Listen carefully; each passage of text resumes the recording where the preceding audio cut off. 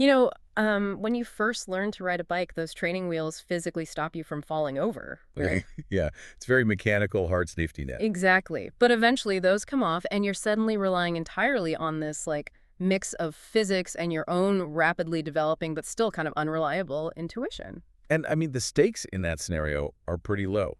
The worst case outcome is usually just a scraped knee or, a Band-Aid and some wounded pride. Yeah, you dust yourself off and that mistake becomes the lesson that improves your balance for the next try. Precisely. That's how we learn.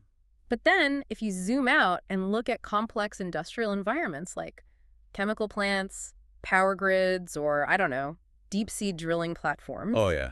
Totally different ballgame. right, suddenly the training wheels aren't there and the person balancing the bike is managing a high-pressure steam valve. A scraped knee isn't the worst-case scenario anymore. A catastrophic facility failure is. So, okay, let's unpack this. I'm ready. For our deep dive today, we're pulling from a brand new press release and a white paper from EON AI Ventures and EON Reality. Yeah, this just came out. Exactly, Yeah. regarding their June 3, 2026 launch of a product called Assess IQ 2.0. And our mission today for you listening, this isn't about the kind of AI that, writes your emails faster or drafts a marketing memo. Not at all. We are talking about AI standing watch over literal life or death physical labor. It's a new real-time AI training observation platform designed to watch workers execute high-stakes standard operating procedures and intervene before fatal mistakes happen. And the reason this launch commands so much attention, really, is that it represents a fundamental shift in industrial operations. How so? Well, we aren't just looking at new software being pushed to a server. EON describes Assess IQ 2.0 as closing the capture station of the Intelligence Flywheel. That sounds incredibly technical. It does, but the underlying philosophy is actually pretty simple. It's about taking human error, which, historically has just been accepted as this tragic liability, a cost of doing business, and tuning it into a defensible enterprise asset. Wow, an asset. Yeah, it completely restructures how large organizations learn from frontline mistakes in real time. So to really grasp why this level of technology is stepping onto the factory floor in the first place, we have to look at the staggering human and financial stakes involved. Why do we even need an AI watching over a worker's shoulder? The numbers really speak for themselves here. They do. The sources estimate that industrial enterprises lose about $185 billion every single year to incidents tied directly to training gaps. 185 billion. And the really striking part of that figure is the behavioral breakdown behind it. Right. 73% of those incidents trace back to a documented procedure that simply wasn't followed. Wait, really? 73%? No. Yeah. The binder was sitting right there on the desk. The steps were meticulously written out. The protocol existed. The breakdown happened purely in the physical execution of those steps. Which brings us to the core of the problem, what the text vividly calls the Sam and Maria demographic cliff. I love that framing. Same here, Yeah. because it takes this massive, abstract $185 billion figure and grounds it in human reality. So imagine Sam. Sam is the senior operator at a plant. The guy who's seen it all. Exactly. He's been there for 30 years and he's retiring in 6 months. When he walks out the door, he takes 3 decades of deep operational judgment with him. All that undocumented knowledge. Right. Then you have Maria, the new technician who joined maybe 8 months ago. She has the manual, but she can't possibly absorb 30 years of Sam's instinct overnight. That is the absolute crux of the demographic cliff. Sam isn't just following the manual line by line anymore. He relies on sensory feedback. Like what? Like, he knows what the machinery sounds like when it's running hot, even if the analog gauge says the temperature is fine. Maria only has the gauge to rely on. It's like learning how to cook a really complex family recipe, The written recipe says bake until golden brown or knead the dough until it's ready. Right. But Grandma, she's our Sam in this scenario, she knows exactly what that dough is supposed to feel like. It's pure muscle memory. A beginner like Maria just can't see or feel that yet because she hasn't burned enough batches of cookies to recognize the subtle differences. That's a perfect analogy. But in these industrial environments, a burned batch of cookies equals a blown valve or, a severely injured worker. Which makes me wonder, how can any technology actually replace that deeply human, visceral intuition? It's a tough question. Because we all know that raw AI, like the large language models we interact with on our phones daily, they can hallucinate. I'm trying to picture how a company could confidently trust a chatbot at a high-pressure valve where a hallucinated response costs a life. Well, what's fascinating here is that EON's stated goal isn't to replace Sam with an AI at all. Oh, it isn't. No, not at all. They aren't trying to code human intuition into some autonomous robot that takes over the facility. The entire architecture of Assess IQ 2.0 is built specifically to operate in that gray area between Sam's departure and Maria's eventual mastery. Okay, that makes more sense. The white paper explicitly acknowledges that raw AI cannot be trusted to act alone at that valve. It's far too dangerous. But at the same time, Maria lacks the experience to know when she's wandering into the danger zone. Right, she doesn't know what she doesn't know. Exactly. So the software acts as this hypervigilant, continuous observer to bridge that experience gap. But, okay, if the raw AI is too dangerous to act on its own and Maria is inexperienced, I'm trying to figure out how this doesn't just result in the AI constantly freezing the machines and causing massive operational bottlenecks. Right, the alarm fatigue problem. Yeah. How does Assess IQ 2.0 actually function on the floor without bringing work to a grinding halt? It manages that through incredibly tight operational constraints. The system is built on Anthropic's Claude models, but it operates on a strict 5-second observation cadence. Hold on a second. Every 5 seconds, the AI analyzes the visual data from the floor and scores what it sees against the established pass criteria of the procedure. And it's required to output its reasoning in plain English to a live supervisor dashboard. So there's zero ambiguity about what the AI thinks is happening. Not at all. And it's engineered specifically for these zero margin for error procedures. The sources highlight things like hot work, confined space entry, lockout, tagout. Really dangerous stuff. Yeah. The white paper gives some highly specific examples of the kinds of errors Maria might make, like she leans across a hot pipe, or she skips a mandatory cooling time. Or she prepares to enter a confined space without conducting an atmospheric test first. Yes, exactly. These are split-second deviations. And as the AI observes those deviations, it categorizes every single action into a rigid risk hierarchy: low, medium, high, or critical risk. When it spots an imminent danger violation, like Maria taking a step toward that confined space without her air testing equipment, it triggers an auto-intervention protocol. Which does what? The system immediately flashes a bright red intervention panel on the human supervisor's dashboard. Here's where it gets really interesting. Because the AI doesn't physically shut down the machine, right? Right. It doesn't sound a blaring siren on the factory floor. It escalates to the human supervisor. The supervisor's dashboard freezes, and the system demands a choice. It forces their hand. Yes. The human must select one of 3 mandatory actions: stop and recoach, allow with note, or investigate. And they can't just click a button to dismiss the alert. There is a mandatory text area where the supervisor must type out the specific reasoning behind their decision. You have to justify it. Right. And I'm looking at this and thinking, this could easily feel like an AI boss hovering over everyone, essentially tattling on workers to management. It definitely could feel that way. But if we reframe it, it's actually much closer to a student driver's car equipped with a passenger side brake. Well, that's a great way to look at it. Right. Maria is the student driver. The AI is the driving instructor who spots a hazard Maria missed and slams their foot on the passenger brake. The AI doesn't grab the steering wheel and start driving. It simply stops the momentum and forces the human supervisor in the back seat to decide what lesson needs to be taught before the car is allowed to move forward again. The student-driver analogy perfectly captures that division of labor between the AI and the human. But to address your point about the AI boss concern, which is a highly valid fear for any workforce. Oh, for sure. EON built what they call a trust by construction architecture. Trust by construction. Okay. They understand that organizations are inherently skeptical of AI making life or death evaluations. So the system forces the AI's outputs through a strict JSON contract. Wait, hold on. Before we move into the implications of that, let's clarify JSON contract for those of us who aren't software engineers. Are we basically talking about forcing the AI to fill out a highly specific digital form rather than letting it just type out a conversational response? That's a great way to put it. Large language models naturally want to predict the next word and just converse, which can lead to rambling or, worse, hallucinations. Right. A JSON contract is a rigid data structure. The AI must populate specific fields with specific types of data-like mile form, identifying the exact violation, the risk level, and a concise reason. So it can't just make up a story. Exactly. Right. If the AI model produces a response that doesn't perfectly fit that structured template, what developers call a malformed output, the system outright rejects it.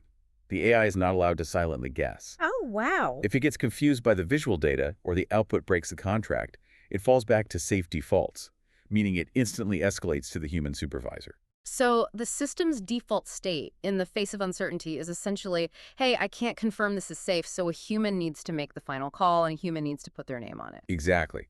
It legally tethers the decision to a named human supervisor every single time a critical risk is flagged. The human remains the ultimate authority, but the AI ensures that the supervisor doesn't miss that 5-second window of vulnerability across a sprawling, busy facility. So, okay, Assess IQ 2.0 stops Maria from making a fatal error today.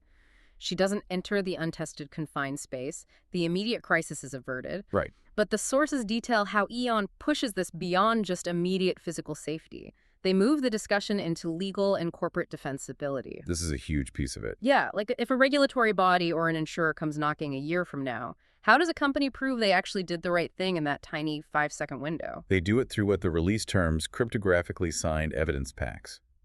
This is where the integration of advanced software in a heavy industry becomes incredibly formal.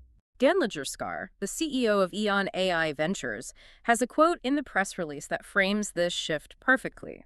He says, quote, "We've moved from assuming skills to verifying them, and from verifying them to proving them. That changes what training evidence even means." The mechanics of that proof are absolute.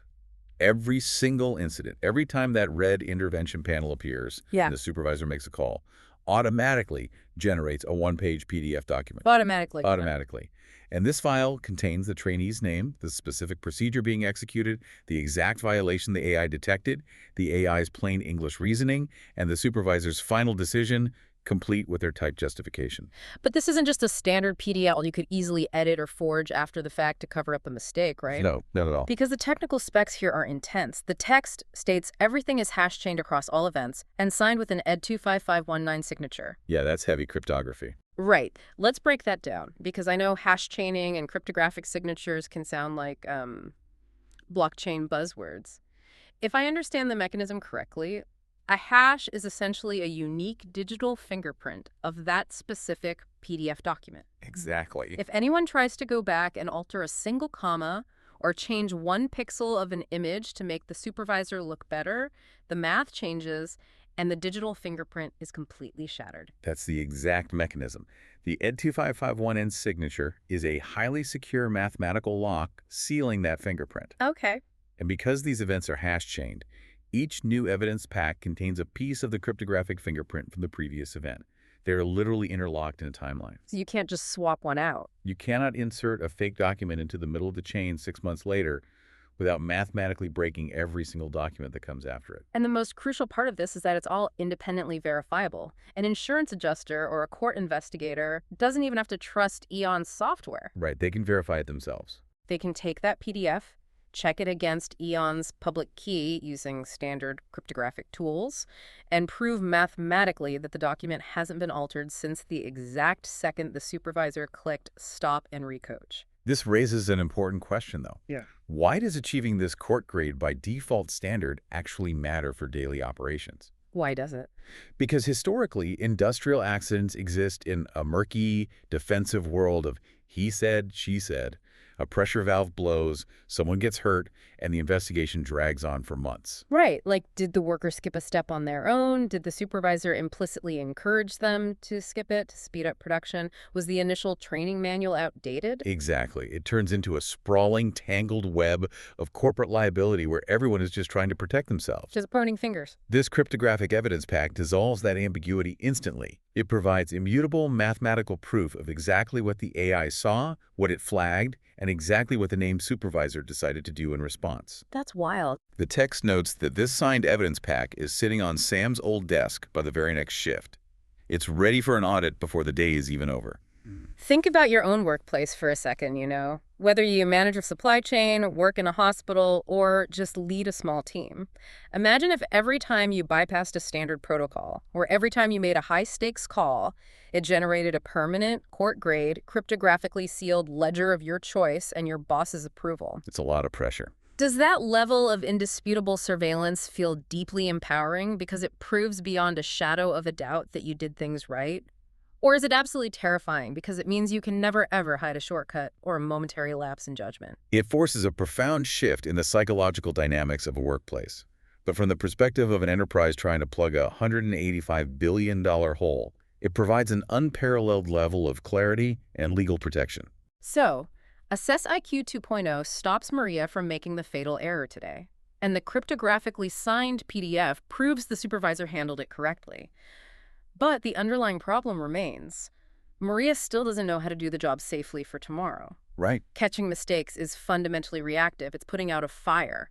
How does an organization actually get smarter? How do they close that knowledge gap so Maria and the next 10 technicians hired after her don't make that exact same mistake again? That transition from reacting to preventing brings us to what EON calls the Human 2.0 operating system, or H2O. H2O, okay. They also refer to it as the Intelligence Flywheel.